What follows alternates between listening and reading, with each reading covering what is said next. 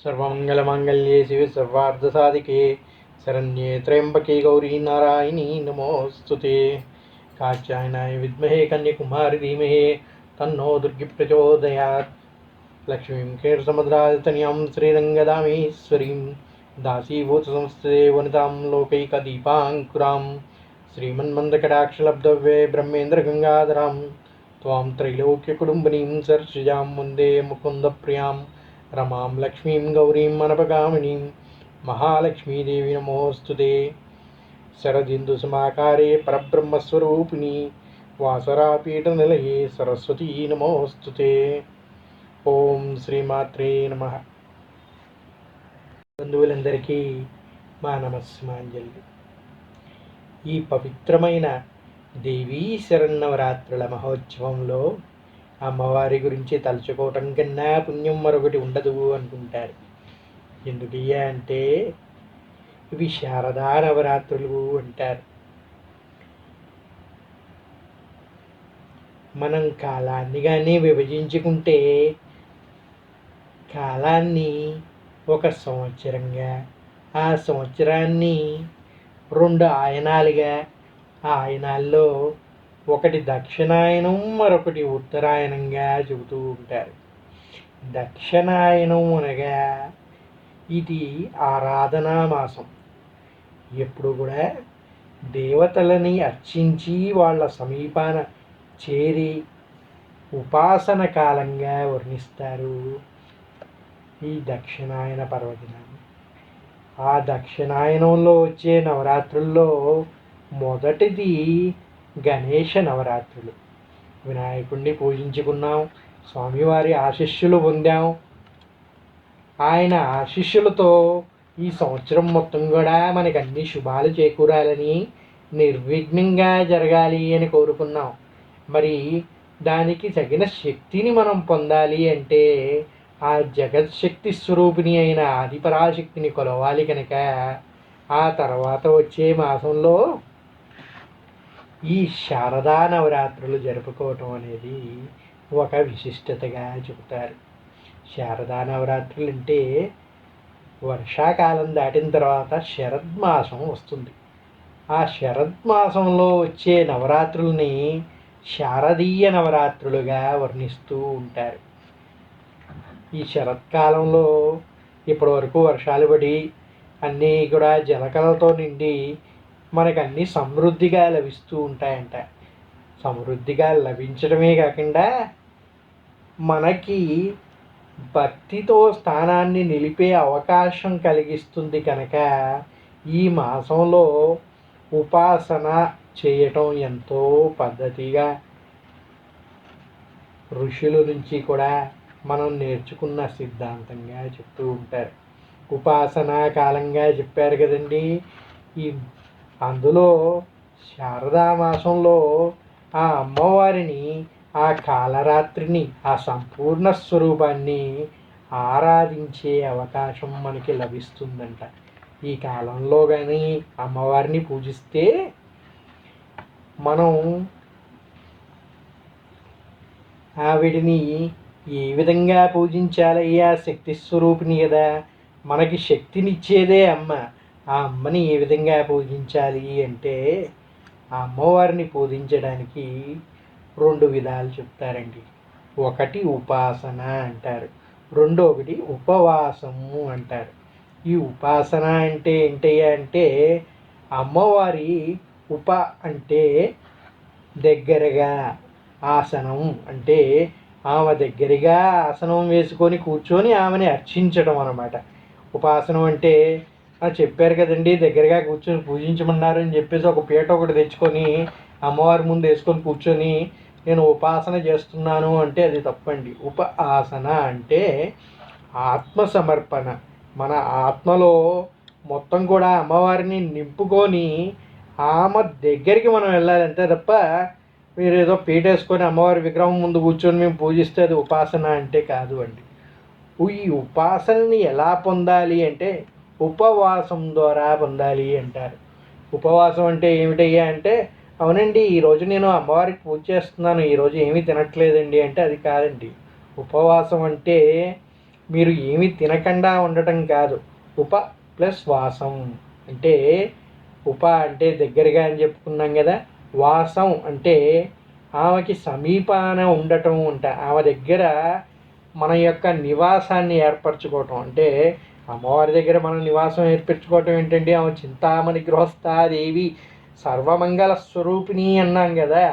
అటువంటి చింతామణి గృహస్థ శ్రీచక్ర నిలయ ఆదిపరిశక్తి దగ్గరికి మనం ఏ విధంగా వెళ్ళగలుగుతామండి అంటే కేవలం భక్తి ద్వారా మాత్రమే చేరగలుగుతాం. కనుక ఆ విధంగా చేరటాన్ని ఉపవాసం అంటారు. ఎప్పుడైతే మీరు ఈ ఉపవాసం చేయగలుగుతారో అది ఉపాసన అవుతుంది. ఆమెని మీరు చేరగలుగుతారు. అది ఈ కాలంలో చక్కగా చేరగలుగుతారు అని చెప్పేసి మనకి మన గురువుల ద్వారా అందించడం జరిగిందండి. అందుకే శారదా నవరాత్రులు ఎంతో ప్రాముఖ్యత కలిగిన నవరాత్రులుగా చెప్తారు. ఆశ్వీజమాసం వచ్చిందంటే మనం అంతా ఎంతో ఆనందాన్ని పొందుతాం. ఆ ఆనందానికి గల కారణం ఏమిటయ్యా అంటే ఆదిపరాశక్తి ఆ అమ్మ గుర్తుకు రావటమేనండి. అకారమకార స్వరూపమైన శ్రీ ఆదిపరాశక్తిని అమ్మగా కీర్తిస్తాం. అమ్మ అంటే ఎవరండి అంటే మనకి జన్మనిచ్చిన పవిత్రమూర్తిని ఏ విధంగా అయితే ఆరాధిస్తామో, ఏ విధంగా అయితే గౌరవిస్తామో, ఈ చరాచర సృష్టికి పుట్టుకకు గల కారణమైన అమ్మ ఆ ఆదిపరాశక్తి, ఆ శక్తి స్వరూపిణి గనక అకార మకార స్వరూపిణి మహాదేవి మహాశక్తి నమోస్తుతే అంటాం. అంటే మన అమ్మే గొప్పదంటే మన అమ్మని సృష్టించిన పరాత్పర స్వరూపిణి ఆ జగన్మాత ఇంకెంత గొప్పదండి. ఆమెని గుర్తు చేసుకునే మాసం అంట ఈ ఆశ్వీజ మాసం. అమ్మ అంటే మరి ఎవరికి ఇష్టం ఉండదు చెప్పండి. ఆ జగన్మాత ముగ్గురమ్మల మూలపటమ్మ కదా. నవదుర్గా స్వరూపిణి శ్రీరాజరాజేశ్వరి ఎందరో మహాయోగుల్ని సంస్కరించి ఆమె ఎప్పుడో నిరూపించింది. సృష్టిలో ఉన్న చరాచర వస్తువులన్నిటిలోనూ మానవాతీతమైన అనిర్వచనమైన అవ్యక్తమైన చైతన్యవంతమైన స్వరూపం ఉన్నదని, ఏదో తెలియని ఒక మహాద్భుత శక్తి వల్లే ఈ చరాచర సృష్టి నడుస్తుంది అని అందరూ కూడా ఒప్పుకుంటారండి. అందరూ కూడా ఏ విధంగా తయారయ్యారంటే ఈరోజు కొంతమంది ఈ పాశ్చాత్య సెక్యులరిజం అనో ఇంకోటనో పట్టుకొని వేలాడుతూ ఉన్నారండి. వాళ్ళు ఏం చెప్తారండి అంటే విగ్రహారాధన చేయకూడదంట. విగ్రహారాధనలో ఏముందండి, సైన్స్ ప్రకారం ఏదైనా జరుగుతుంది, కానీ మీరు ఏదో ఒక రాయిని పెట్టేసి దాన్ని పూజిస్తే జరిగిపోతుందా? ఇవన్నీ కూడా మేము మాకు కనిపించేది చూపించండి, కనిపించేది మాత్రమే మేము నమ్ముతాము అంటారు. మరి కనిపించేది నమ్మేవాడివి నువ్వు పీల్చే గాలిని ఎలా నమ్ముతావయ్యా? అది కనిపించట్లేదు కదా నీకు. కనిపించట్లేదు కదా అంటే స్పర్శిస్తున్నాం, ఉశ్వాస నిశ్వాసంలో చూస్తూ ఉన్నాం అంటారు. ఇలా వ్యక్త అవ్యక్త స్వరూపాల గురించి ఈ పాశ్చాత్యులకు పెద్దగా తెలియదండి. వాళ్ళకి కనిపించింది ఇది మాత్రమే నిజం అని నమ్ముతూ ఉంటారు. వాళ్ళకి తెలిసింది మాత్రమే నిజం అని నమ్ముతారు. వాళ్ళు తెలివింది ఏది కూడా నిజం అని నమ్మరు. అదే పైత్యాన్ని అందరికీ ఎక్కించి ఈరోజు ఇది మాత్రమే నిజము అని చెప్తూ ఉన్నారు. దాన్ని పాటిస్తూ మనలో కూడా ఎంతోమంది మన సనాతన ధర్మాన్ని మర్చిపోయి ప్రవర్తిస్తూ ఉన్నారు. గాలి ఏ విధంగా పీలుస్తున్నామో, ఈ విశ్వాస నిశ్వాసాల ద్వారా ఏ విధంగా అయితే తెలుసుకుంటున్నామో, శక్తిని ఆ విధంగానే గ్రహిస్తూ ఉన్నామండి. శక్తి లేనిదే ఈ సృష్టిలో ఏదీ జరగట్లేదు. శక్తి లేనిదే నువ్వు ఒక చిన్న గ్లాసు తీసుకొని నీళ్లు తాగలేకపోతున్నావే. అటువంటి శక్తి ఉన్నదని గ్రహిస్తున్నప్పుడు ఆ శక్తి ఎక్కడి నుంచి ఉద్భవిస్తుంది అనేది కూడా నమ్మవలసిన ఆవశ్యకత ఉన్నది కదా. అది వ్యక్త స్వరూపమే కదా శక్తి అనేది. అవ్యక్తమైన స్వరూపం ఆ శక్తిని సృష్టించే పరాశక్తి మాత్రమే నీకు కనిపించట్లేదు. ఇక్కడ వ్యక్త స్వరూపమైన శక్తి నీకు కనిపిస్తుంది. అవ్యక్త స్వరూపమైన ఆది పరాశక్తిని మాత్రమే నువ్వు చూడలేకపోతున్నావు.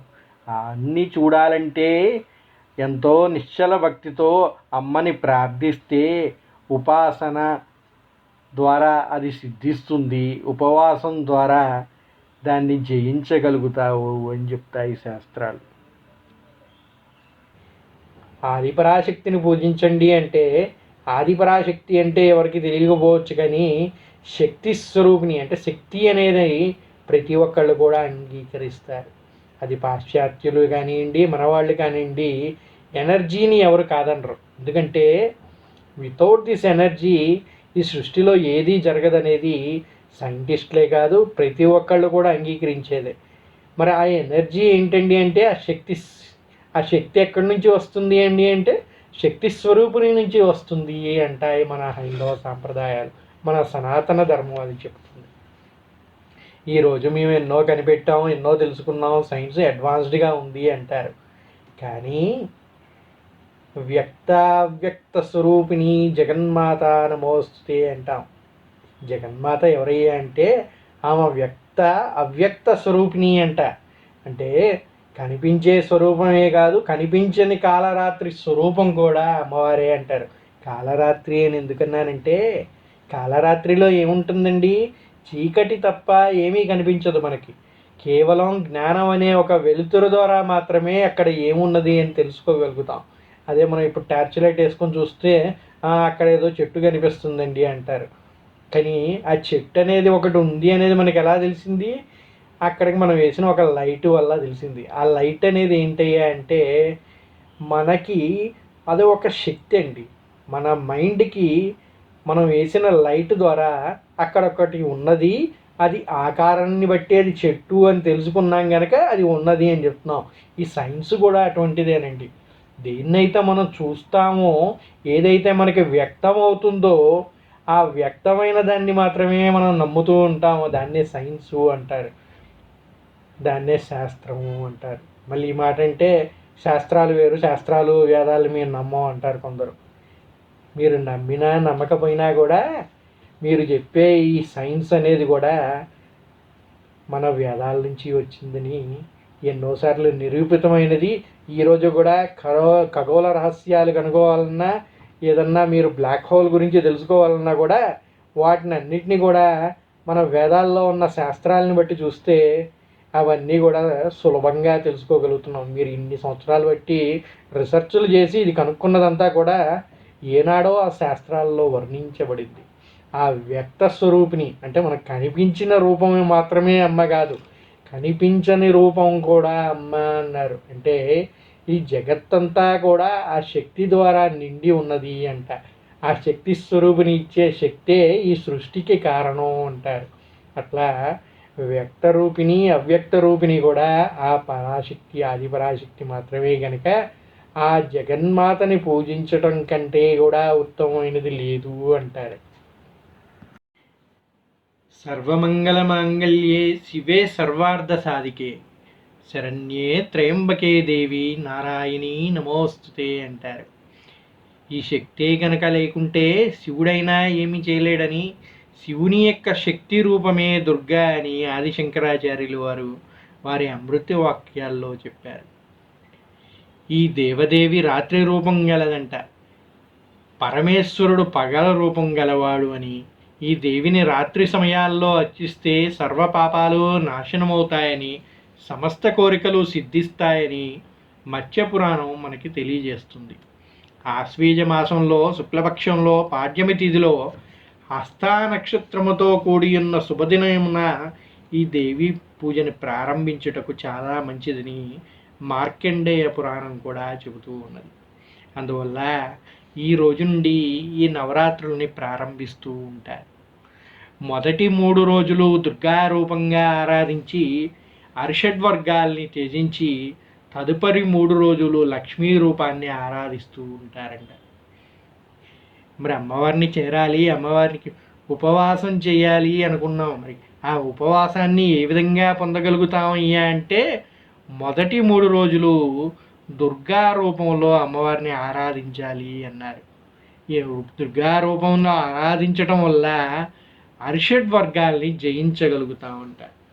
తదుపరి 3 రోజులు లక్ష్మీ స్వరూపాన్ని ఆరాధించి సిరి సంపదలని, చివరి 3 రోజులు సరస్వతి రూపాన్ని ఆరాధించి జ్ఞానాన్ని పొందాలి అంట. ఎప్పుడైతే ఇవి 3 కానీ మనం పొందుతామో అప్పుడు ఆ అమ్మవారి సమీపానికి మనం చేరగలుగుతాము అంటారు. అంటే లక్ష్మీ రూపాన్ని ఆరాధించినప్పుడు సిరి సంపదలు కలుగుతాయి అంటారు. మరి అంటే అంటే బాగా డబ్బు సంపాదించేస్తామండి, డబ్బు సంపాదిస్తేనే అమ్మవారిని చేరుకోగలుగుతామంటే సిరి సంపదలు అంటే డబ్బు కాదండి, మనకి సిరి. ఇప్పుడు అమ్మవారిని చేరాలంటే కావాల్సింది ఏంటండి? భక్తి, మనస్సుకి శ్రద్ధ. ఆ శ్రద్ధ మనకి కలగాలంటే మనకి ఆరోగ్యంగా ఉండాలి. ఆరోగ్యంగా ఉండాలంటే ఆరోగ్యమే మహాసంపద అంటారు కదా, అటువంటి శక్తిని మనకి అందిస్తుంది అమ్మవారు. లక్ష్మీ స్వరూపం అంటే కేవలం డబ్బు ఇవే ఇచ్చేది కాదండి. మనకి ఇప్పుడు మనం లక్ష్మీదేవిని పూజిస్తున్నాం, మనకి డబ్బు లభిస్తుంది అంటే ఆ డబ్బుని మీరు సంపాదించే శక్తిని మీకు ఆమె అందిస్తుంది. అలాగే ఇప్పుడు మనం చేసేది ఏంటండి? ఉపవాసం. ఆ ఉపవాసం చేయాలంటే మనకు కావాల్సింది ఏమిటండి? శక్తి కావాలి, జ్ఞానం కావాలి, దానికి కావాల్సిన భక్తి కావాలి. ఈ మూడు ఎలా లభిస్తాయి అంటే మొదటి రోజులు 3 రోజులు కూడా దుర్గాదేవిని ఆరాధించాలి అంటారు. అంటే మనకి వేరే వాటి మీద ఉండేటి అర్షడ్వర్గాల మీద ఉండేటువంటి మోహాలన్నీ కూడా తొలగిపోయి అమ్మవారి సన్నిధికి చేరడానికి కావాల్సిన భక్తిని ఈ మొదటి 3 రోజుల ద్వారా పొందుతూ ఉంటారు. తర్వాత 3 రోజులు ఆ లక్ష్మిని ఆరాధించడం వల్ల ఆ శక్తిని పొంది దాని ద్వారా ఆ అమ్మవారి ఉపాసనకి మనకి చక్కని శక్తి లభిస్తుంది అంటారు. అంటే అక్కడికి మనం క్వాలిఫై అవుతాం అన్నమాట. ఆ అమ్మవారిని చేరటానికి ఆ 2-3 రోజులు లక్ష్మీదేవిని ఉపాసన చేయడం వల్ల, ఆమెను ఆరాధించడం వల్ల ఆ సెకండ్ క్వాలిఫికేషన్ అనేది పొందుతాం. ఇక 3 రోజులు సరస్వతీదేవిని పూజించాలి అంటారు. సరస్వతి అంటే ఏమిటండి? జ్ఞానస్వరూపిణి. ఆ జ్ఞానాన్ని మనం పొందగలుగుతాము అంట. మొదటి 3 రోజులు బుద్ధి వచ్చింది మనకి, చక్కగా కూడా తెలివిగా అమ్మవారిని పూజిస్తున్నాం. తర్వాత 3 రోజులు శక్తిని పొందాం, 3 రోజులు జ్ఞానాన్ని పొందాం. ఈ 3 మార్గాల ద్వారా అమ్మవారి సన్నిధిని చేరే భక్తి మార్గం మనకి లభిస్తుంది. దాని ద్వారా మాత్రమే ఉపవాసం సిద్ధిస్తుంది. ఉపవాసం ఎప్పుడైతే సిద్ధిస్తుందో ఉపాసన చేయడానికి అర్హత లభిస్తుంది. దాని ద్వారా అమ్మవారి సన్నిధికి మనం చేరగలుగుతూ ఉంటారు. ఆ విధంగా ఈ శరన్నవరాత్రులు కూడా ఈ పద్ధతిలో కానీ పూజిస్తే విజయాన్ని పొంది విజయదశమి రోజు మన కోరికలన్నీ కూడా సిద్ధిస్తాయి అని చెప్తారు. అందుకే 9 రోజులు చక్కగా ఆరాధన జరిపించి 10వ రోజు విజయదశమిగా జరుపుకుంటూ ఉంటారు. మనం ముగ్గురమ్మల్ని పూజించాం. ముగ్గురమ్మటికి మూలరమ్మైన ఆదిపరాశక్తిని కొలచాలంటే నవదుర్గల్ని 9 రోజులు పూజించాలి అన్నారు. మరి ఆ నవదుర్గల్ని ఏ విధంగా పూజించాలండి? ఆ నవదుర్గలు ఏ విధంగా ఏర్పడ్డారు అంటే, ఒక పురాణ ఇతిహాసం ప్రకారం దేవతలు బండాసురుడనే రాక్షసుడి బారి నుండి రక్షణ పొందడానికి ఆదిపరాశక్తి తప్ప వేరే మార్గమే లేదని తలిచి ఆ మహాశక్తి కోసం ఒక మహాయజ్ఞాన్ని నిర్వహించారంట. వాళ్ళకి ఒకానొక సమయంలో బండాసురుడనే ఒక ఉగ్ర రాక్షసుడు చాలా హింసలు పెట్టాడంట. వాడి బాధ నుండి తప్పించుకోవాలంటే ఏమిటయ్యా మార్గం అంటే త్రిమూర్తుల దగ్గరికి వెళ్ళారు. వాళ్ళందరినీ వేడుకుంటే వాళ్ళు కూడా మా చేతుల్లో ఏమీ లేదయ్యా, ఇదంతా కూడా ఆదిపరాశక్తి, ఆ అమ్మవారు మాత్రమే మనని రక్షించగలదు అని చెప్పి ఒక నిర్ణయానికి వచ్చారంట. నిర్ణయానికి వచ్చిన తర్వాత అమ్మవారిని ఏ విధంగా ఆరాధించాలండి? తపశ్శక్తితో ఆరాధించాలి, లేదంటే ఒక మహాయాగాన్ని తలపెట్టాలి అనుకున్నారంట. ఆ విధంగా ఒక మహాయాగాన్ని మహాశక్తి అనుగ్రహం కోసం నిర్వహించారంట దేవతలంతా కూడా. ఆ యజ్ఞగుండంలో అమ్మవారి అనుగ్రహం పొందడానికి వారి వారి శరీర భాగాల్ని ఖండించుకొని ఆహుతిగా ఇచ్చారంట. ఆ జగన్మాత వాళ్ళ భక్తికి మెచ్చి కోటి సూర్యకాంతులతో ప్రత్యక్షమైనదంట. వారికి అభయాన్నిచ్చి బండాసురుడనే రాక్షసుణ్ణి సంహరించి వారి అభిష్టాన్ని నెరవేర్చింది అని చెప్తారు. ఆ అమ్మవారు ఆ బండాసురుడనే రాక్షసుడిని సంహరించడం కాకుండా పాడ్యమి నుండి నవమి వరకు ఒక్కొక్క రోజు ఒక్కొక్క రూపంలో ఒక్కొక్క రాక్షసుడిని వజించసాగిందంట. ఆ ఆదిశక్తి నుండి ప్రకటితమైన వివిధ శక్తుల రూపాలే ఈ నవదుర్గలుగా పూజించుతూ ఉంటారు. ఏ విధంగా అయ్యా అంటే, మొదటి రోజు అమ్మవారిని శైలపుత్రిగా పూజిస్తారు, రెండో రోజు బ్రహ్మచారిణిగా, మూడో రోజు చంద్రగంటగా, నాలుగో రోజు కూష్మాండగా, ఐదో రోజు స్కందమాతగా, ఆరో రోజు కాత్యాయనిగా, ఏడో రోజు కాలరాత్రిగా, ఎనిమిదో రోజు మహాగౌరిగా, తొమ్మిదో రోజు సిద్ధదాత్రిగా పూజిస్తూ ఉంటారు. ఆ విధంగా ఆ రోజు నుంచి కూడా ఈ 9 రూపాల్లో అమ్మవారు పూజల్ని అందుకోసాగిందంట. మొదట ఈ దేవదేవిని శ్రీకృష్ణ పరమాత్మ గోకులంలో బృందావనంలో పూజించేవాడు అని చెప్తారు. బ్రహ్మదేవుడు మధుకైటబులు అనే రాక్షసుల నుండి రక్షణకై ఈమెను స్తుతించి విముక్తి పొందాడు అని చెప్తారు. మనం దేవీ భాగవతం కానీ చూసుకుంటే ఇవన్నీ అందులో ఉంటాయండి. బ్రహ్మదేవుడు మధుకైటబులు అనే రాక్షసులు నుంచి రక్షణ పొందడానికి అమ్మవారిని ప్రార్థిస్తే అమ్మవారి అనుగ్రహం వల్ల ఆయనకి విముక్తి లభించింది అని చెప్తారు. పరమేశ్వరుడు త్రిపురాసుర సంహారానికి చెయ్యటానికి బయలుదేరినప్పుడు కూడా అమ్మవారి అనుగ్రహం వల్లే అది జరిగింది అంటారు. ఆయన జగన్మాతని ఆరాధించి విజయం పొందాడంట. దేవేంద్రుడు కూడా దుర్వాసుని శాపం వల్ల సంపదలన్నీ పోగొట్టుకున్నాడంట. దుర్వాస మహాముని తెలుసు కదండి, ఆయన కోపం ఎక్కువ. అటువంటి మహాముని యొక్క శాపాన్ని పొందినటువంటి దేవేంద్రుడు తన సంపదలన్నింటినీ కూడా సముద్రంలో కలిసిపోయాయంట. ఆయన శాపం పెడితే ఇక తిరుగు ఉండదండి. అలాగా ఆయన సంపదల్ని, ఆయన యొక్క మొత్తం ఆయన రాజ్యాన్ని అన్నిటినీ కూడా కోల్పోయాడంట దేవేంద్రుడు. ఆయనకి ఏం చేయాలో అర్థం కాక త్రిమూర్తుల్ని వేడుకుంటే ఆ ఆదిపరాశక్తిని సేవించు, నీకు అన్నీ కూడా తిరిగి పొందగలుగుతావని చెప్పారంట.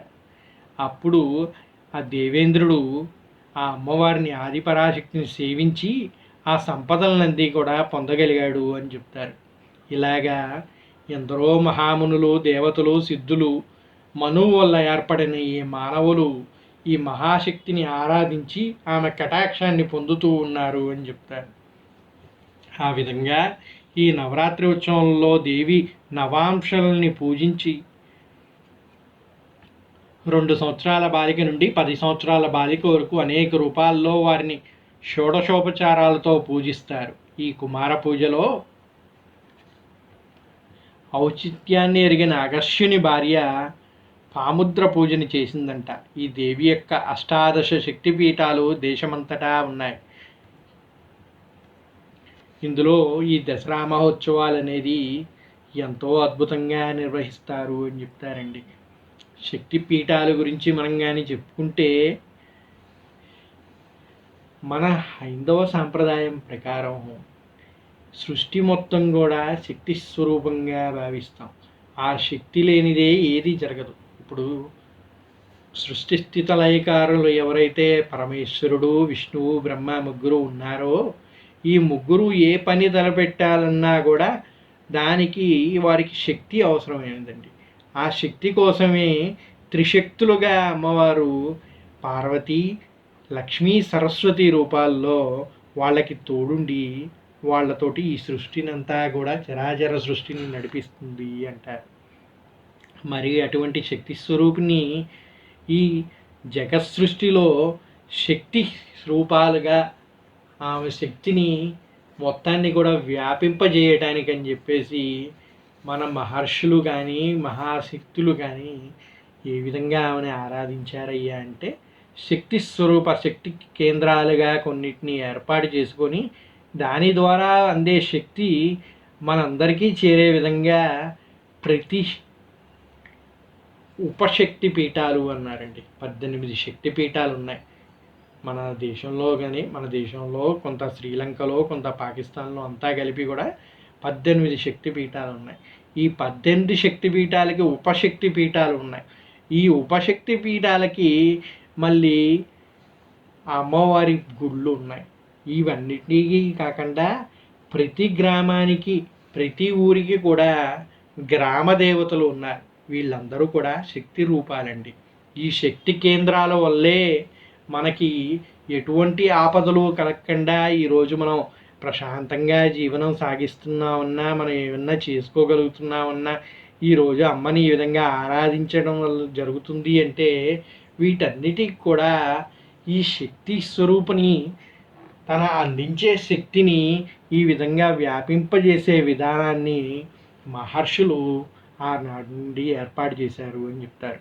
ఈ 18 శక్తి పీఠాల నుంచి శక్తి ప్రవహిస్తుంది. ఆ ప్రవహించిన శక్తి ఉపశక్తి పీఠాల ద్వారా మరింత వ్యాపిస్తుంది అంటారు. ఆ వ్యాపించిన శక్తి గ్రామ దేవతలని ప్రతి గ్రామంలో మనకి పోలేరమ్మ అని, పెద్దమ్మ అని రకరకాల రూపాల్లో గ్రామ దేవతల్ని పూజిస్తూ ఉంటారు. ఈ గ్రామ దేవతలు ఈ శక్తిని మరింత వ్యాపింపజేసి మనందరికీ చేరుస్తూ ఉంటారంట. అందుకే అమ్మవారిని పూజించాలంటే ఏ రూపంతో పూజించావని కాదు, ఏ నామంతో పూజించావని కాదు, భక్తి శ్రద్ధలతో ఆమెని ఆరాధిస్తే ఆమెని చేరతారు. ఆమె ప్రసన్నురాలవి మనకి కటాక్షాన్ని అందిస్తుంది. ఆమె చల్లని చూపు మన పైన పడుతుంది. అవన్నీ మనకి లభించాలి అనే ఉద్దేశంతో ఈ ఉత్సవాల్ని కానీ, ఈ యొక్క పండగల్ని కానీ ఇవన్నీ జరిపించి ఆ శక్తి స్వరూపిణి యొక్క అనుగ్రహం మనందరికీ కలిగే విధంగా ఈ విధంగా ఏర్పాట్లు చేసి మనకి మన గురువులు అందించారండి. అటువంటి చక్కని మాసం, చక్కని నవరాత్రుల్లో ఆ దేవీ ఆరాధన చేసి ప్రతి ఒక్కరూ కూడా ఆ శక్తి స్వరూపిణి యొక్క అనుగ్రహ కటాక్షాలని పొందాలని కోరుకుంటూ ఈ చక్కని అవకాశం లభించి ఆ అమ్మవారి గురించి చెప్పగలిగే శక్తిని నాకు అందించిన ఆ పరాత్పర శక్తికి నా నమస్మాంజలు తెలుపుకుంటూ ప్రతి ఒక్కళ్ళకి కూడా ఆ అమ్మ అనుగ్రహం కలగాలని ప్రార్థిస్తూ ఉన్నాం. శ్రీమాత్రే నమః.